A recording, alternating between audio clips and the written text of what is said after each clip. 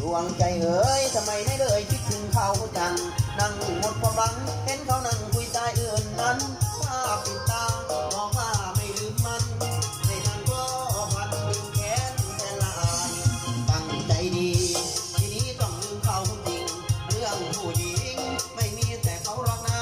สักวันลืมเขาเลือดเข้าตามือกายหน้าคิดไปได้หน่อยเดียว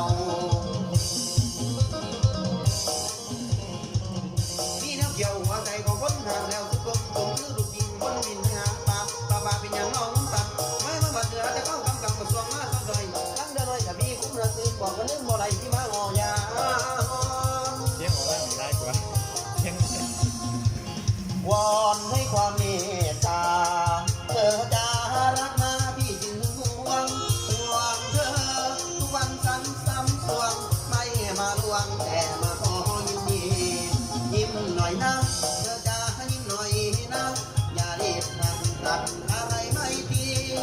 เจ้าคือแก้วที่พลังสีมีถ้าเธอนี้เหมือนร่างไม่มีสีวันลำพันมาอ่อยมาอ่อนมาวอนขอตัดใจไม่ปากกดแต่ใจคิดถึงแต่เจ้า